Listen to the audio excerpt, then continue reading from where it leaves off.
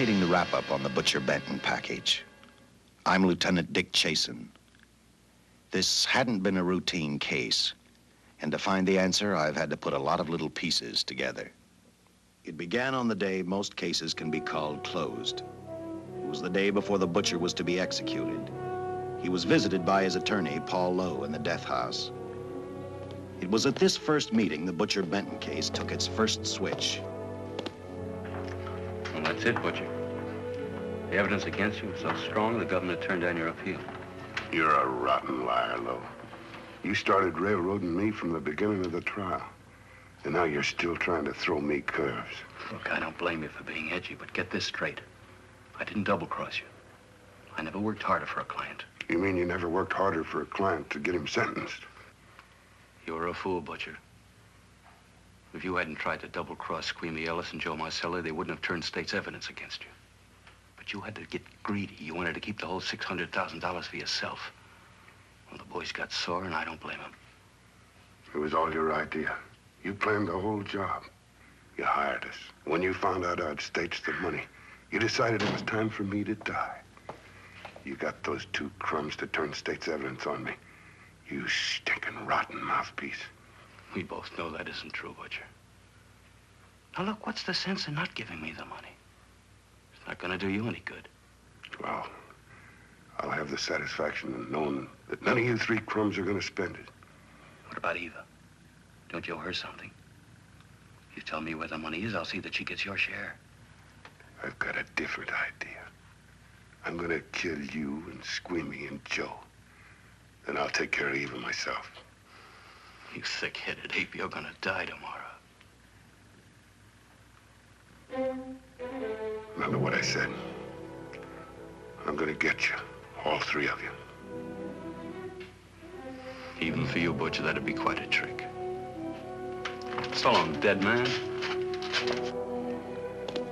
Remember what I said.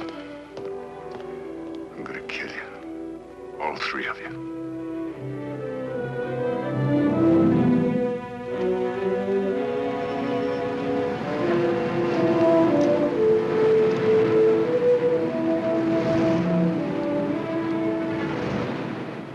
Back in Los Angeles, two men sat in a bar room listening to a newscaster tell his headline story. He played up big the butcher's threat to kill Paul Lowe, Squeamy Ellis, and Joe Marcelli for their having turned state's evidence against him. Squeamy Ellis didn't seem happy over the butcher's threat. Neither did Joe Marcelli. But they had figured, once a dead man, always a dead man. But this was one time everyone was in for a surprise, including the entire police department.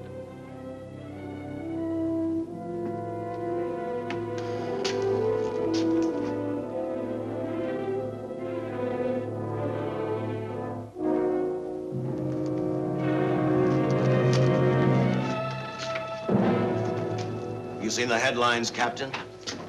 Teletype just came in from San Francisco. Butcher's execution is set for 5 o'clock this afternoon.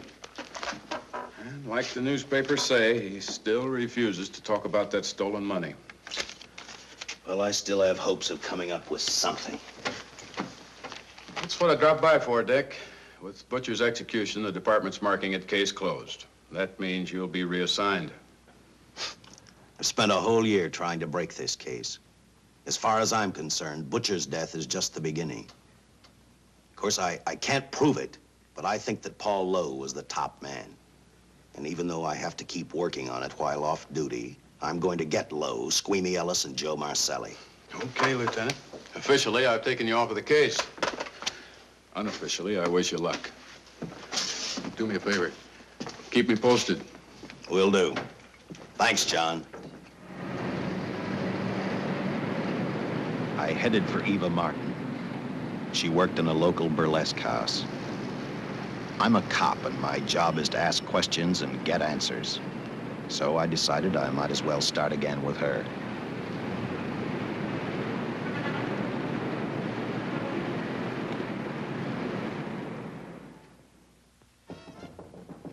Come in.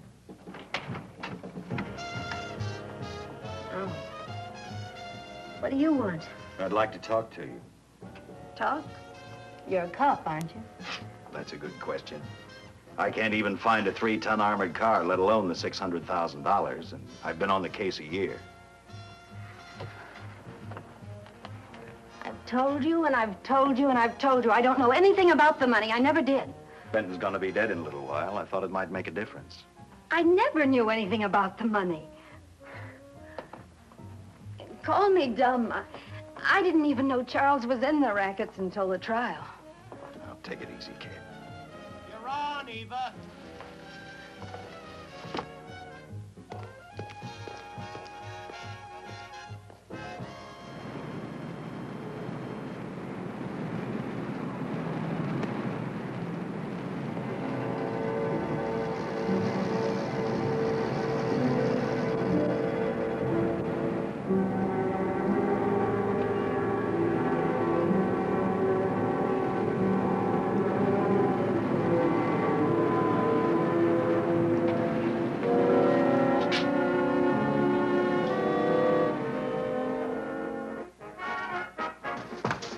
Honey, here's your wrap.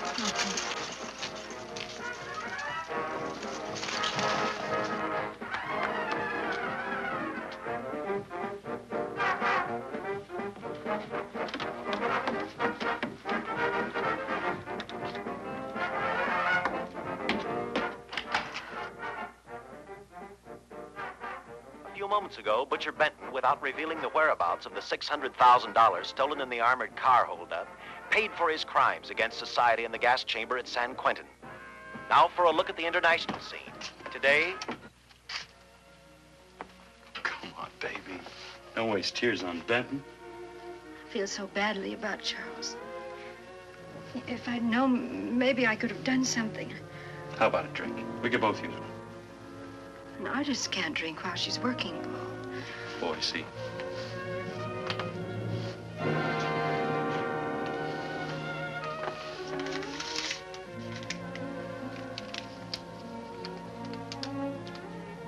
What's that? Well, now what's the matter? It's a message from Charles. He told me to open it if he died. Finale, Eva. All right. How about a steak after the show? No, thanks. Not tonight, Paul.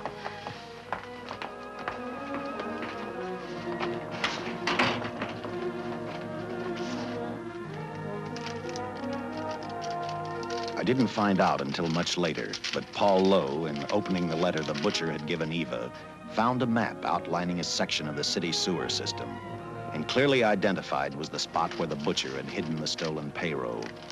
He replaced it with a $50 bill.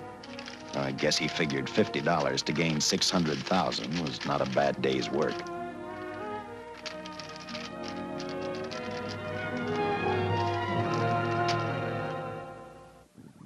And a few hundred miles away in San Francisco, the case took another switch, which turned the next 72 hours into one long, hideous nightmare. Dr. Bradshaw, a distinguished biochemist, was making preparations for a final experiment which he hoped would lead the way to a cure for cancer. He'd been successful with laboratory animals. The last step called for a human body. And Dr. Bradshaw's assistant quickly made a deal with a local mortuary and returned to the laboratory with the dead body of Butcher Benton.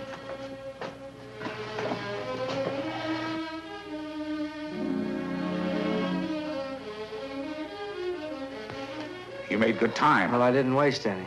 Any trouble? No, I just handed the money over and moved the body into your station wagon. That was that. Good. Get a syringe.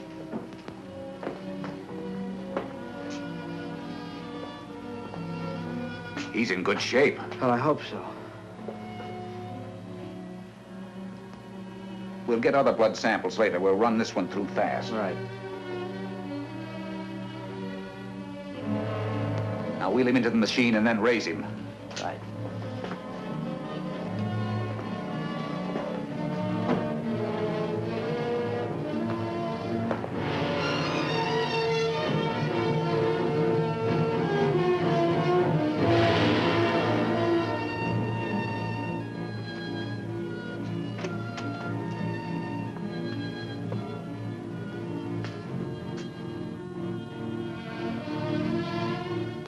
Ready?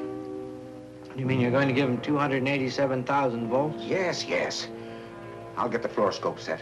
We'll check with that before we start dissecting. Turn off the lights.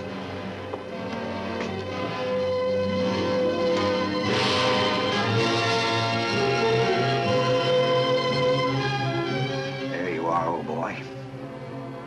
If you respond properly and my theory is sound, you'll be more famous dead than alive. Throw the switch.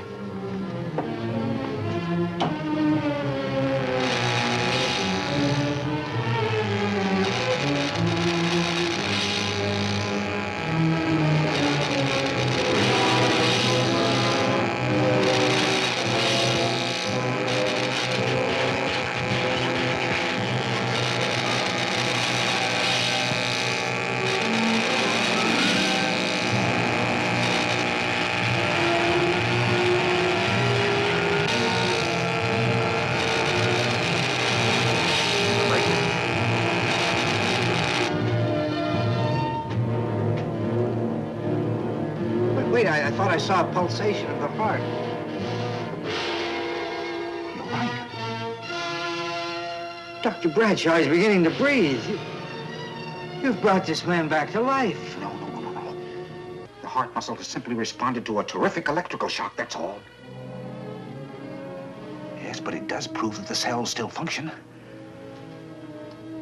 Dr. Bradshaw, he is alive.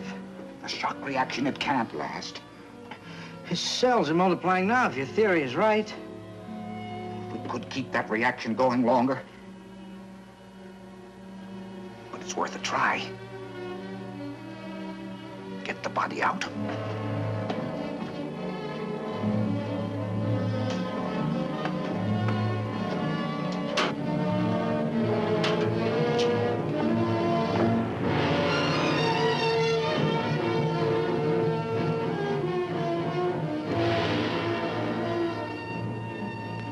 Get some adrenaline from the supply room. Some amyl nitrite, too. Hurry, hurry.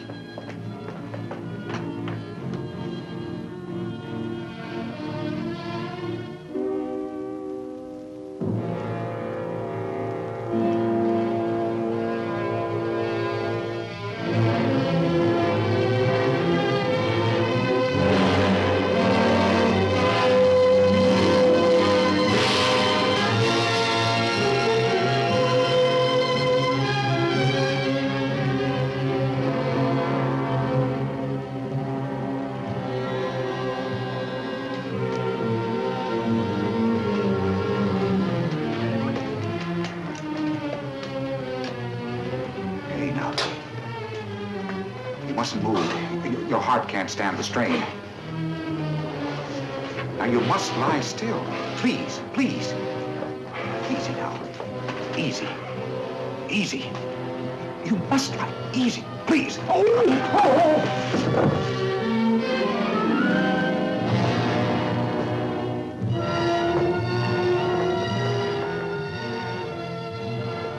Dr. Bradshaw's experiment had given life back to the butcher. He tried to talk, but the electrical voltage had burned out his vocal cords. Yet it hadn't destroyed his brain. He knew who he was. He knew who he hated. As he stumbled about the room, I think he thought only about one: kill Lowe, Squeamy, and Joe Marcelli. The tremendous electrical voltage that Dr. Bradshaw had given the butcher had increased his cellular structure to the point where he was no longer a man. Dr. Bradshaw's experiment had created a vicious, brutal animal with an almost inconceivable amount of strength. Dr. Bradshaw must have believed the butcher's regained life would last for only a few minutes. Therefore, instead of calling for help, the doctor decided to handle his creation alone. Now, easy, Benton. Just relax. I'm a doctor. I want to try to help you. Do you understand me? You're in my laboratory. The execution was carried out and you were declared dead. I tried an experiment on you and brought you back to life, although I didn't intend that. Now, you've had a great shock. Now come and sit down. Now, be quiet. Now, come and sit down. Take it easy. That's the boy.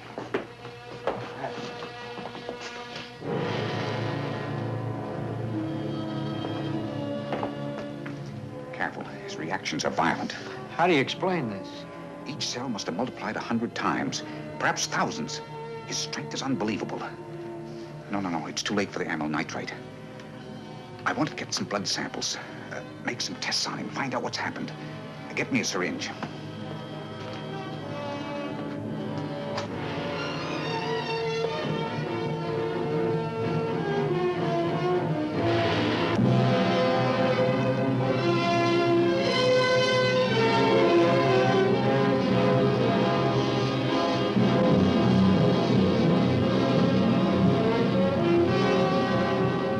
Why won't the needle penetrate the skin? Tissue must be nearly a solid mass of cells. How are we going to get the blood sample? Surgically, perhaps.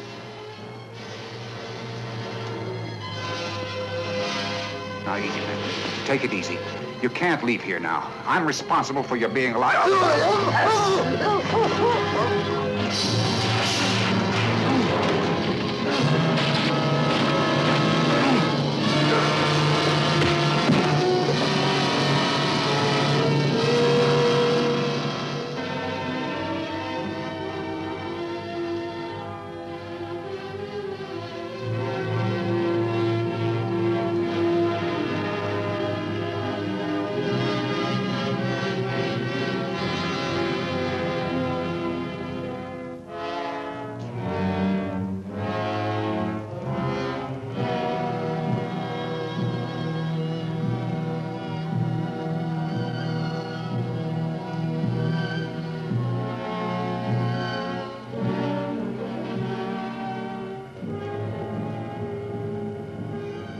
Towards the end of this case, Captain Lauder and I found out the doctor and his assistant had been murdered.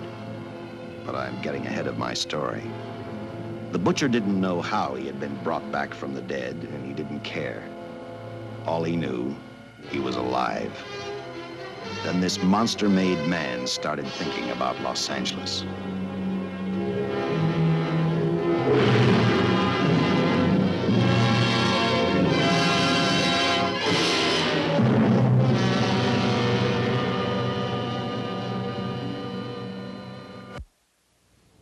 On that very night back in Los Angeles, I decided to stop playing detective for a little while.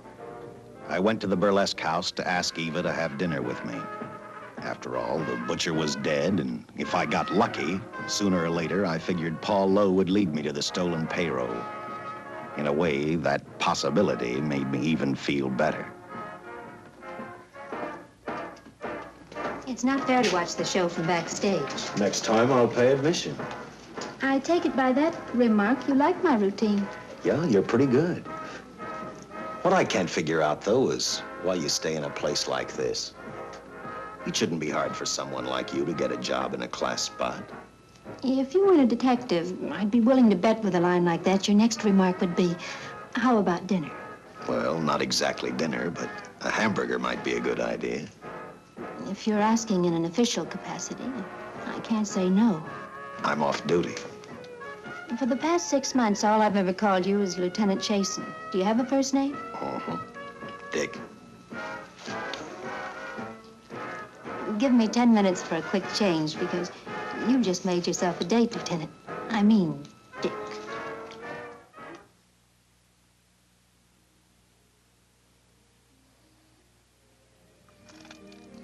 You know something, Dick? I haven't had hamburger in the front seat of an automobile with a guy in a lot of years. Well, from now on, we'll do it more often. It's funny. I always figured a policeman wasn't really a human being. I mean, unless he was arresting someone or trying to solve a case, he was unhappy. Shows you how wrong you are. In fact, everyone on the force gets fed up occasionally with the job they do. Maybe we're more human than anyone else. We see so much trouble, we get to hate the word. But as long as the world's filled with people, there'll have to be men who enforce the laws. What made you join the department? Now who's making with the questions? No, honest, I'd like to know. Well, it's really a very short story. When I got out of the Air Corps, I knocked around for a while. Well, I went to work for an oil company. One day, I went back to college on the GI Bill. Just before graduation, I noticed all about the police department exams. Seemed a pretty good thing to do with your life, so I took the exams, passed, then went on from there. If I ask one more question, will you give me a straight answer? Try me. Am I still part of the Charles Benton investigation? I mean, right now. I don't think so. As far as the department's concerned, when Benton was executed, the case was marked closed. But inside of me, that's not good enough. I don't follow you. Well, the $600,000 is still missing. And a fast-talking underworld lawyer like Paul Lowe is walking around a free man. Someday, no matter how long it takes, I'll get him and the money. Until I do, the Benton case for me is not closed. I give you my word, Dick. Charles Benton never told me anything about the money. Oh, I've been sure of that for a long time. But how did you ever get mixed up with anyone like the butcher? As trouble ever started, just happened. I had a roommate who used to date Benton all the time. One day she packed and left for Chicago. Benton carried a torch for her, and he used my shoulder to cry on. First thing I knew, we were having dinner together, and a few weeks later, I was labeled by the police as this #1 suspect and Benton's girl, but it was never like that. I made only one mistake. I felt sorry for him. You mean, until he was arrested for the robbery and the killing, you had no idea how he earned a living? I know this is going to sound crazy, but I only went out with Benton a couple of times, and all we ever talked about was Madge, my old roommate. The last time I saw him, he tried to get too friendly, and that's when I told him he had the wrong girl. But like I said, I'd already made my mistake. What about the burlesque house? How do you two fit together? You sound like a lot of other people. I left a small town a couple of years ago because I won a beauty contest, and the first prize was a screen test. Da, da, da, da. After which, nothing happened? That's right. Only, it was pretty rough. And then one day I read an ad about girls wanted for a burlesque show. I auditioned and I got the job. You know something? It's like any other job. If you're looking for trouble, you can find it even in a schoolroom. Well, when the screen test didn't work out, though, why didn't you go on home? Well, first you have to have a home to go back to. My folks are dead, so Los Angeles was as good as any place else. I don't know about you, but I do 8 shows a day, and at this hour, I'm bushed. I know what you mean. Mind if I drive you home? No.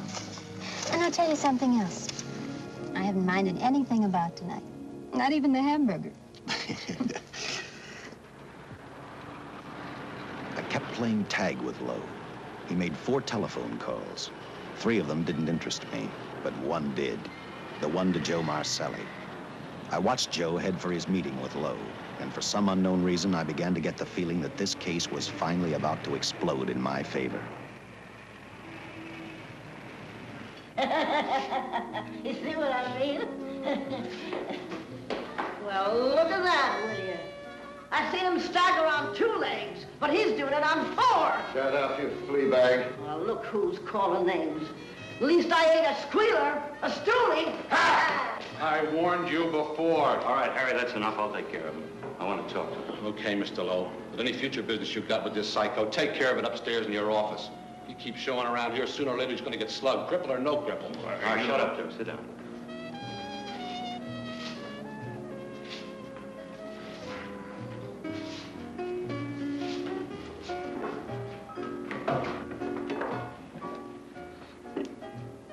I need a shot, bad. You'll get one after I've talked to you. You sober enough to understand? Yeah, I run out of dough. No wonder. Look at you. You used to be the best torch man in town. Now I don't think you could crack a safe if you knew the combination. No jobs. Nobody wants me since I turned stakes on Benton. That's your doing. You taught me. All right, quit crying. I got a job for you. If you can stay off that stuff long enough. You know I can if I've got a job. How much? What is it? There's $2 grand in it for you. Where? Right near where he pulled the job. Interested? $2 grand ain't much out of 600,000. There'll be other expenses. Besides, that money's plenty of. Now, you want it or do I get another boy? I'll do it. How soon do you want me to go to work? Set it up for tomorrow night. Call me before noon. I'm going to the races. 1. And that's all. The job's over.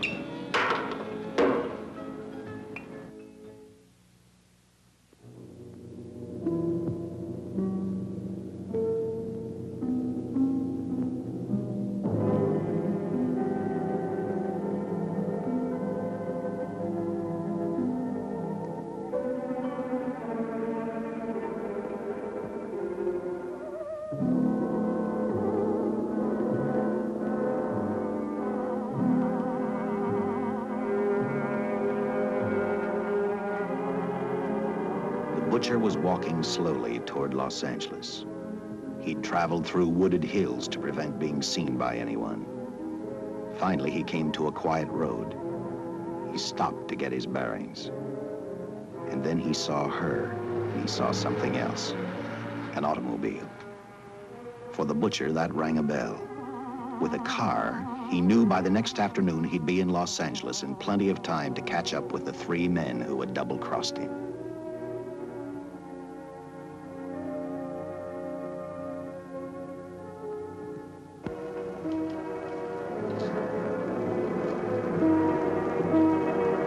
Well, see, you're a real gentleman to be helping strangers in distress. I hope you don't mind me using the babe here as bait. Quite a dish, isn't she? But that's what she gets paid for. Bait, that is. Yes, sir. She's a real shaker artist of my outfit. Carnival man myself. Just call me Connie.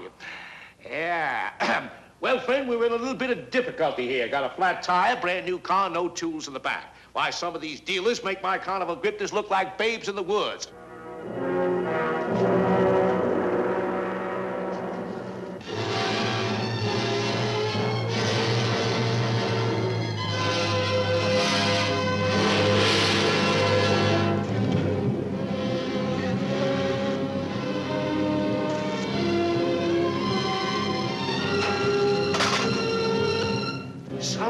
Holy. Say, who you with, friend? Let it down. Let it down. No matter who you with, friend, believe me, I can do better for both of us. I'll make a fortune for the both of us. Oh!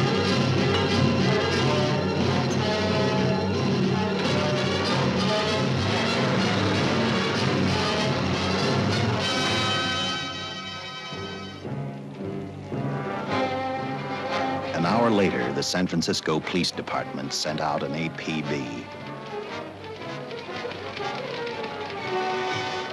Squads were sent to various parts of the countryside.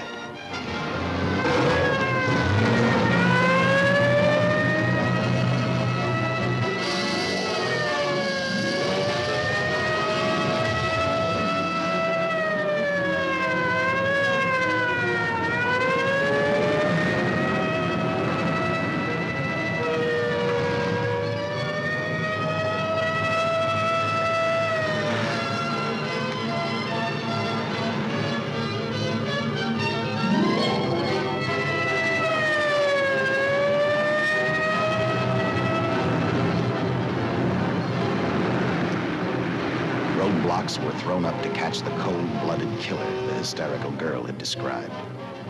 Each squad kept reporting back to Central Headquarters, and each of their stories was the same. So far, none of them had spotted the car the killer was driving. Orders were given to shoot to kill, because from the girls' further accounts, they realized they were dealing with a maniac.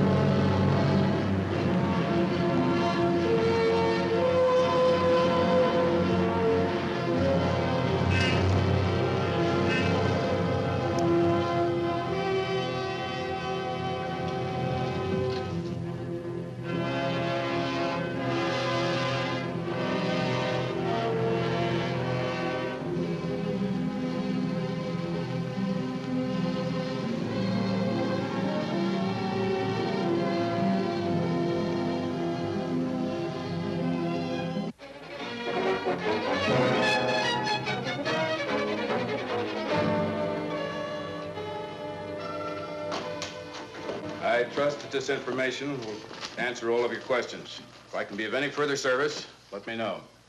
Sincerely, J.I. Louder, Captain Police, L.A. Here's another all points from CHP, Captain.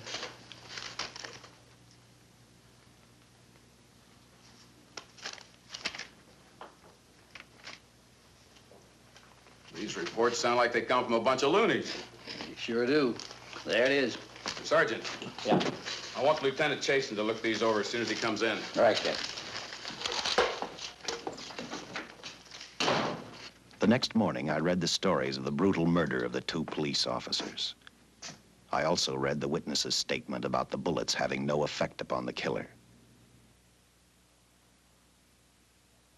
I felt sorry for the witness, and I thought about how easily a person's mind can become confused when suddenly they receive a brutal shock. I didn't believe a man existed who could not be stopped by a slug from a .45. Good morning, Captain. You and the rest of the force are going on 24-hour duty. Seen the headlines? You mean this guy that's running amok up north? Yeah, the latest report, he's killed 2 police officers. Made a getaway in a green coupe heading south. I've got a hunch this killer's gonna be our baby. He could be in town right now. Yeah. You better get started, Lieutenant. Okay. Any new leads on that holdup money? I think the girl can probably be counted out. If any of the others are wise, they're keeping mighty quiet. Well, let it ride for now. The whole force is gonna be on the spot until we catch this killer. Newspapers will have a field day.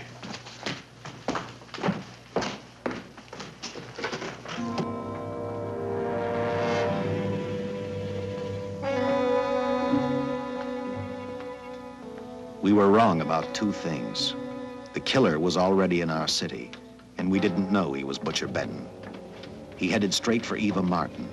He went to her dressing room to get back the map he had left in the envelope with her. He wanted first to check his money, then catch up with Lowe and the others.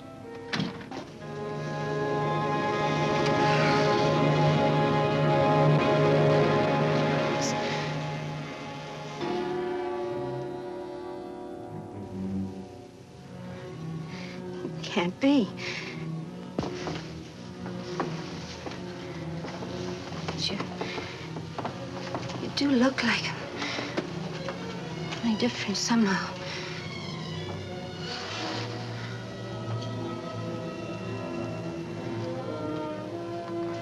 It is you. Why didn't somebody tell me? What's happened, Charles? Those look like bullet holes. Are they?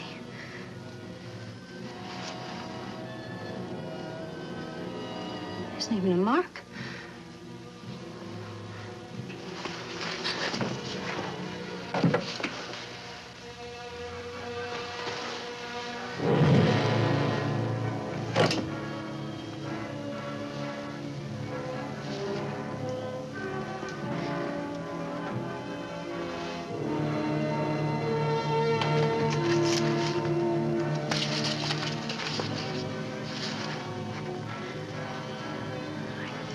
I opened it like you told me, and I found the $50. I didn't know why you left him. Paul didn't know why he was here.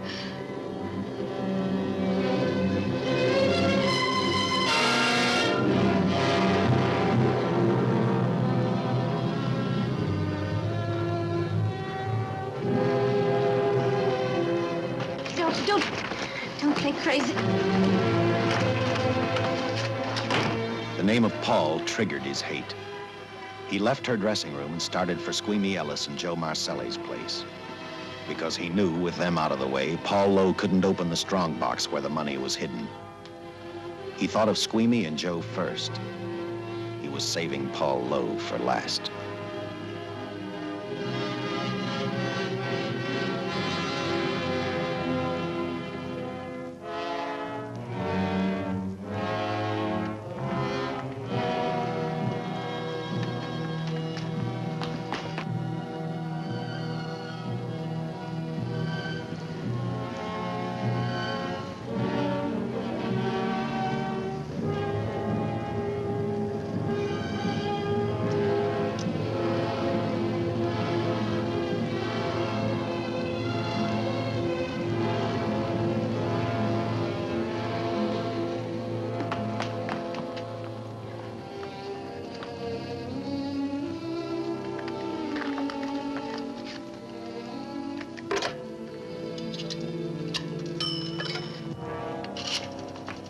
Hey, Eva, can I borrow your eyebrow pencil?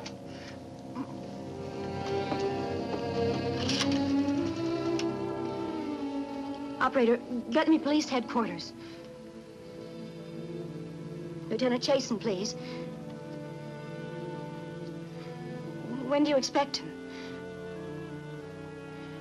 Well, tell him Charles Benton is alive, and even bullets can't stop him. I'm not crazy. Just say a friend of Charles. He'll know.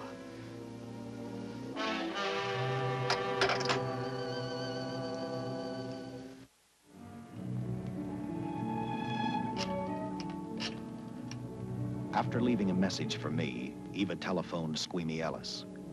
She tried to tell him the butcher was alive and on his way over to kill him. Squeamy didn't believe her, and in a way you couldn't blame him. Who in their right mind would believe a man had returned from the dead? What Squeamy actually believed was that the butcher, before his execution, had hired a killer to carry out his threat.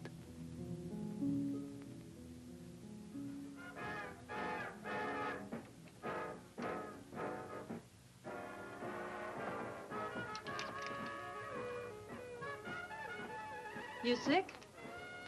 What? You don't look so good to me. 10 minutes, Eva. All right. Say, Eva, I could take over the matinee trick for you. What? It's easy. Look, Eva, I can do it. Scabba-doo-doo-doo. Oh, Francine, I just thought of something. Yeah? Eva agreed to let Francine do the show. She hoped she'd be able to interrupt the butcher before he arrived at Squeamy's hotel. Or, failing that, at least be able to warn him to stay out of sight.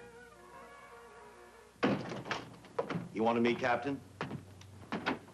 Yeah, I just had a rundown on those fingerprints of the stolen car up north. We got nothing on the driver who was killed or the woman with him. Take a good look at these. There's something funny about these. Yeah. The boys in the lab can't figure it out either. Those are the killers. They were found on the steering wheel. Looked like they'd been stamped in with a steel die. They sure do.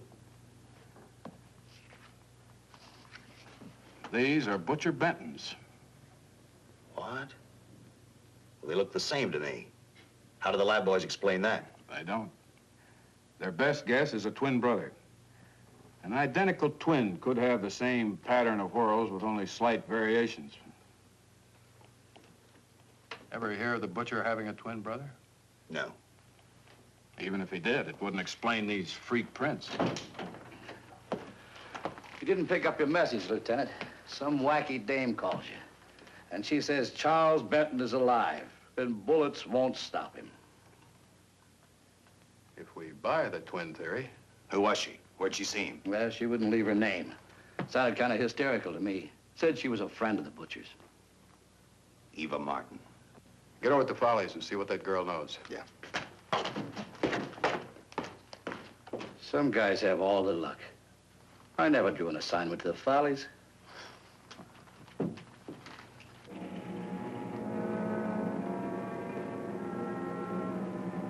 Meanwhile, the butcher headed for Squeamy's hotel. He didn't seem to be in any particular hurry. Actually, he seemed like any normal person, on his way to work or on his way home.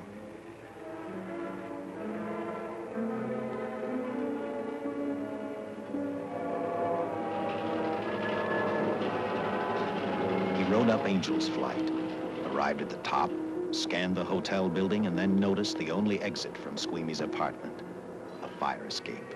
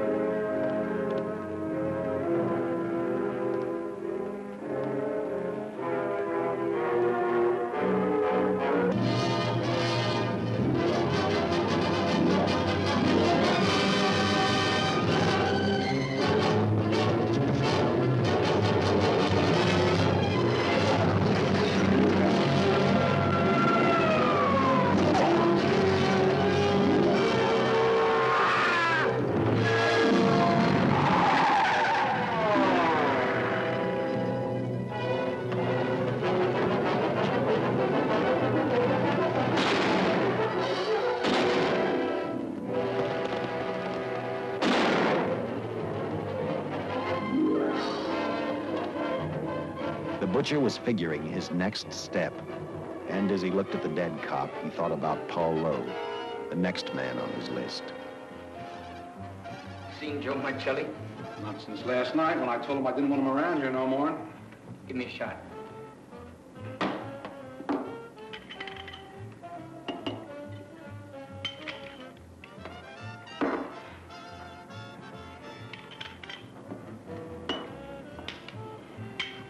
Look, I need help. Just found out that Benton's hired a killer to get me. He's after Joe, too. Well, then drink up and get out. I don't want no trouble around my place. You're a real pal. Drink up and get out, I said.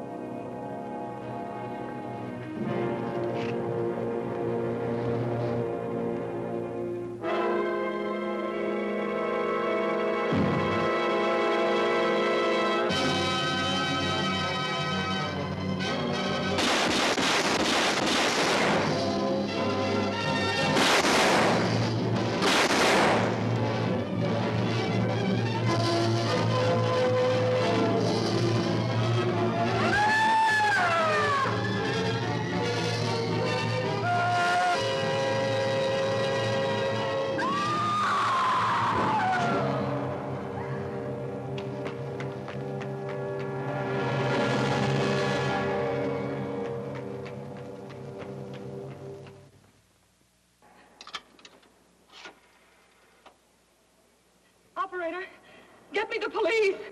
Police! Yes!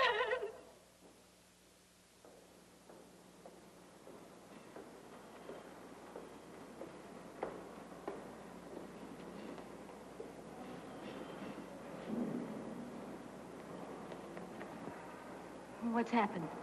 A guy named Squeamy got thrown from the 5th floor. He's deader than a mackerel. Customer of mine. You mean Squeamy Ellis? Yeah, that's it. Just Squeamy. No one else was killed. Ain't one enough?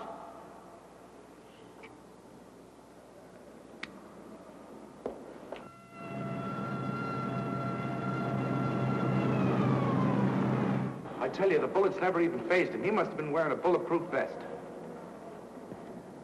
God help us when the papers get a hold of this. Keep an officer on duty here till you hear from me. We'll get a stakeout on Joe Marcelli. I'd like to talk to Joe. Lauder, I'm going to call San Quentin. Suppose Benton is alive. Every available man's been put on the case now. Yes, sir. All right. All right. Anything new? Report on Dr. Bradshaw, owner of the station wagon. The San Francisco police located his laboratory in the basement of an electrical power receiving station. Bradshaw, what's he know? He's dead. And another man, too, his assistant. The lab is a shambles. But now we're getting some action from San Francisco. Benton's body never arrived at the mortuary where it was supposed to go. An attendant there finally broke down, admitted he picked up some quick cash by handing the body over to a man he was unable to identify. The man was driving a station wagon. Blast it, man. The chief's on my neck, and the commissioners are on his, and the mayor's on theirs. Now, am I supposed to tell them that our killer is a dead man? They found a notebook in Bradshaw's lab. It ties his experiments in with a Professor Dwiggins at Caltech. I hope to hear from Dwiggins soon. Captain, report from the valley on a hysterical woman. Reports the presence of the killer. There's the location. Let's go.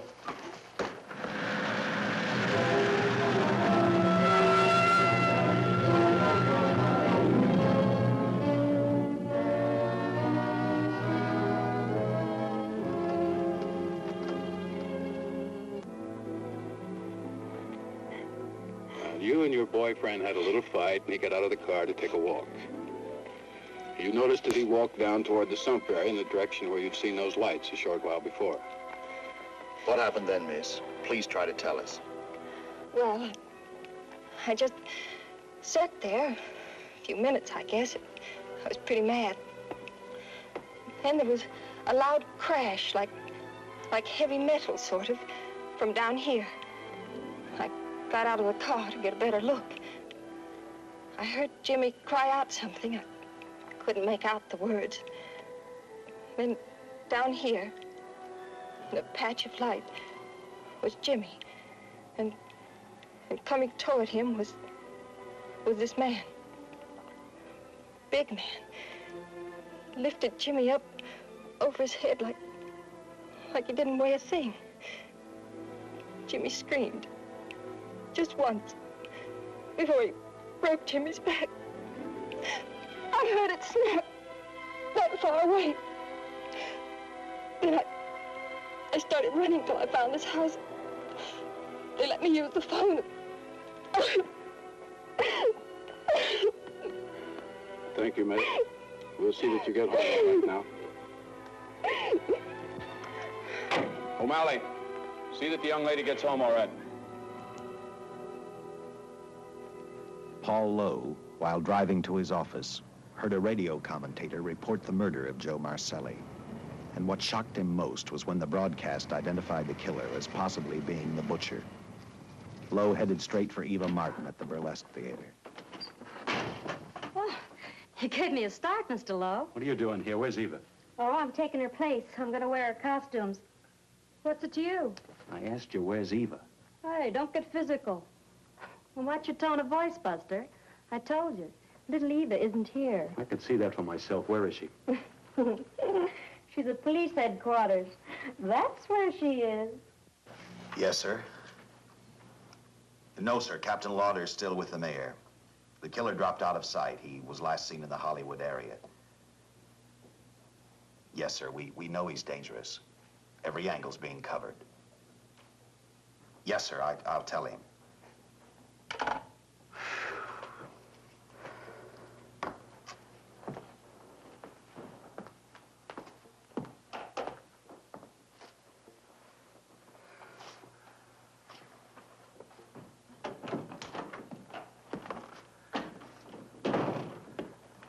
Here, see how these fit. Low heels.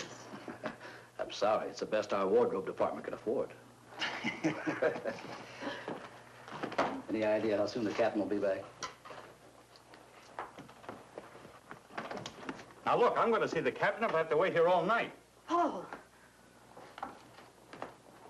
Paul, Charles killed Squeamy and Joe. Joe, too? Benton? He's alive. I saw him, but nobody will believe me. I'm checking it. My guess is whoever killed them is on the trail of the money, Lowe. Now, maybe you better start talking if you know anything about it. I don't know anything. Did the butcher have a brother? No, no brother. It was Charles. I saw the tattoo on his arm. Look, I demand police protection. Where's the money, Lowe? You heard me. I demand protection. I know my rights. We put stakeouts on your office and home. Well, that's not enough. It's enough as far as we're concerned.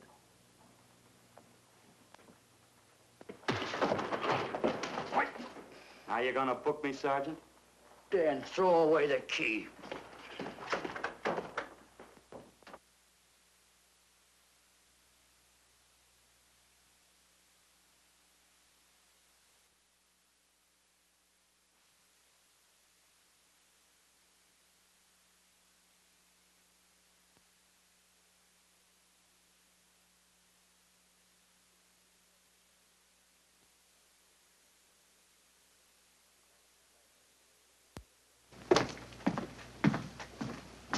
Thank you. Come up with anything yet, Dick? Oh, we've checked every hotel, motel, and rooming house in town. We've run a cross-check on every hangout Butcher ever used. Net results, blank. This is incredible. We not only discover a dead man turned killer, but it's beginning to look like he plays ghosts, too. He's somewhere in this city, and if we have to take it apart brick by brick, we've got to get him. I may be way off, but I think Paul Lowe could tell us a lot. Maybe, but it's a cinch he's not going to.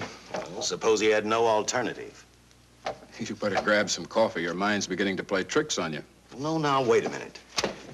When Lowe came to us for police protection, it was because he was scared stiff the Butcher would add him to the list of Squeamy Ellis and Joe Marcelli. Go on. It figures, too. When he slugged the sergeant, he knew we'd book him right away. Oh, this Lowe's a pretty cute character. But we can play the same game. You mean we'll threaten to release him? Well, not exactly. You tell him you realize that he was excited, that throwing the punch was accidental. Tell him we're not going to make a charge, that he's completely released. Lieutenant, you know we can't do that. Lowell made his first mistake when he hit the sergeant, and that'll get him a year. As far as the department's concerned, at least it's a small victory. If my hunch is right, Lowe won't want to be on the streets with the Butcher looking for him. And he may talk, and talk a lot. Enough maybe for us to get rid of him permanently. Even lead us to the Butcher. If he's frightened enough, that might work. But if it doesn't... No, Dick, I'm not going to release him. I want him out of my way so bad I can taste it, but not bad enough to be responsible for getting him killed. The good thing about that, Captain, is the fact we know it, but Lowe doesn't. Let's give it a try. All right, Lowe. Come on out. I think you'll find everything in there. You're free to go, Mr. Lowell. Wait a minute. Who do you think you're kidding? You arrested me for assaulting an officer. Court, I'll plead guilty. With luck, I might get off with 6 months. For a lawyer, you're forgetting a very important point. If no charge is made, there's no trial. It was a tough day for everyone. We figured your nerves were on edge, and when you threw the punch, you didn't know what you were doing. I've squared everything with the sergeant. It's all over, all forgotten. Yeah? Why'd you bring a stenographer? Simply because I wanted a record of our conversation at the time of your release. Okay, Lowell, let's go. Oh, wait a minute. Once out on those streets and I'm a dead man. You let me go, you'll be responsible for murder. Oh, come off it, Lowe. You're imagining things. You know the Butcher threatened to kill me. You set me free, he'll do it. Well, that's just a risk we'll have to take. But the way I look at it, Mr. Lowell, you'll be okay. Look, Captain, I'll make a deal with you. You keep me here, and I'll tell you how to recover the money. Maybe even catch the Butcher. No deals, Lowell. You'd probably tell us anything just to stall for time. Come on, let's get out of here. Now, wait a minute. All right. I'll tell you the truth. Start taking this down. I, Paul Lowe, hired Butcher Benton, Squeamy Ellis, and Joe Marcelli to pull off the armored car holdup. And then Lowe continued with his confession. He told us about finding the map. He showed us the exact location of where the Butcher had hidden the stolen payroll. And he gave us a most important answer. The explanation as to how the Butcher was able to elude detection. His means of escape was the sewer system beneath our city.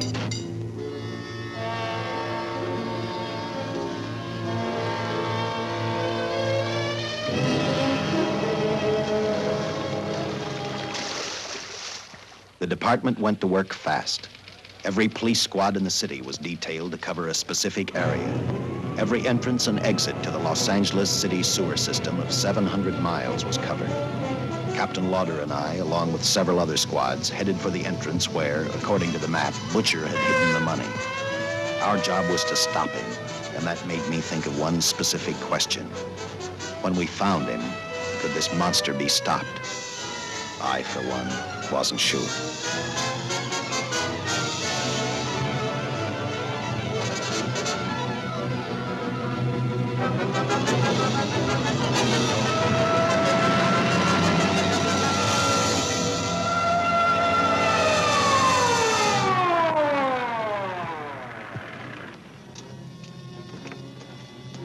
Everything all set, Lieutenant?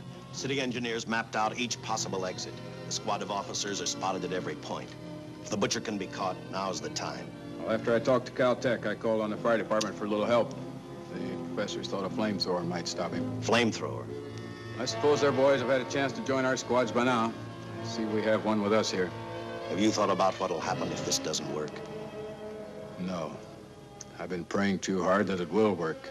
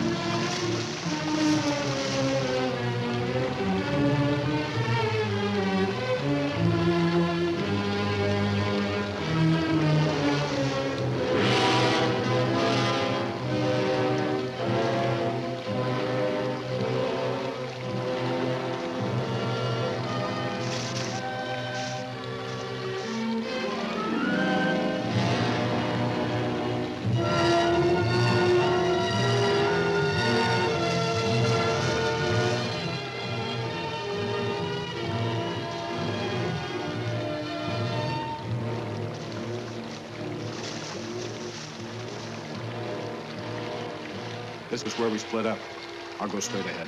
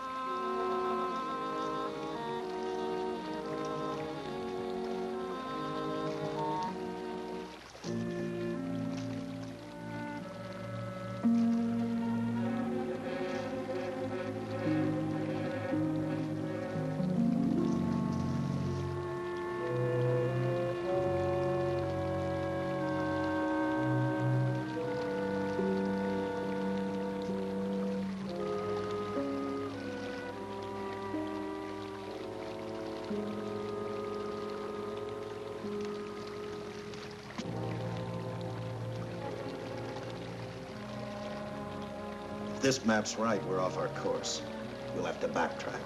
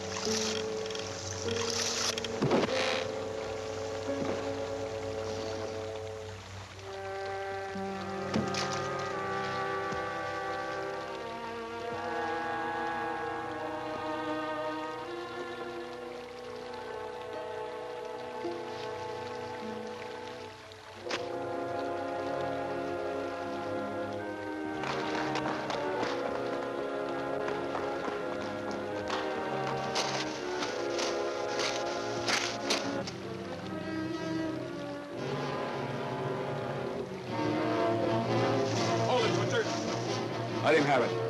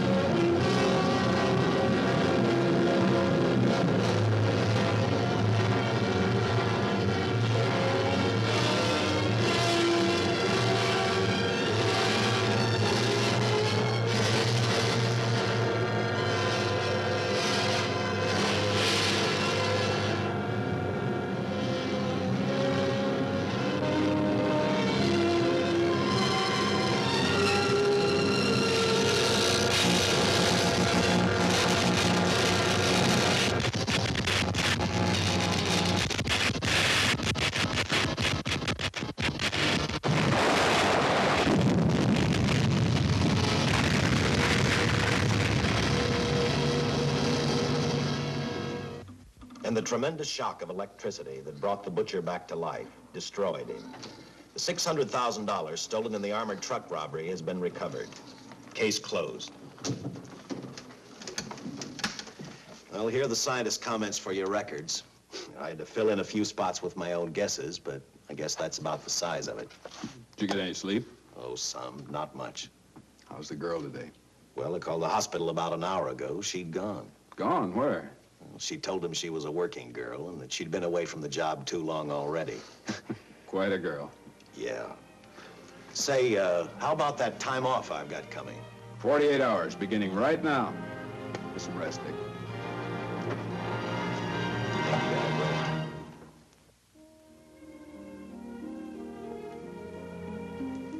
know something, Dick?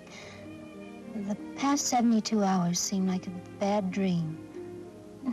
That rest in the hospital today really gave me a new lease on life. Now that it's over, I can't believe it actually happened. The important thing is to remember it is all over. I suppose you'll be assigned to another case. I'll have to give up hamburgers in the front seat of the car for steaks in a restaurant. No, I've thought about that. In fact, I decided to do something about it. I started by talking the captain into a short holiday, and just about an hour ago, I got you fired. What? What did you do that for? I figured that being my wife would take up all of your time. Even if I wanted to say no, I couldn't. You're not supposed to say no to a detective. I figured that, too.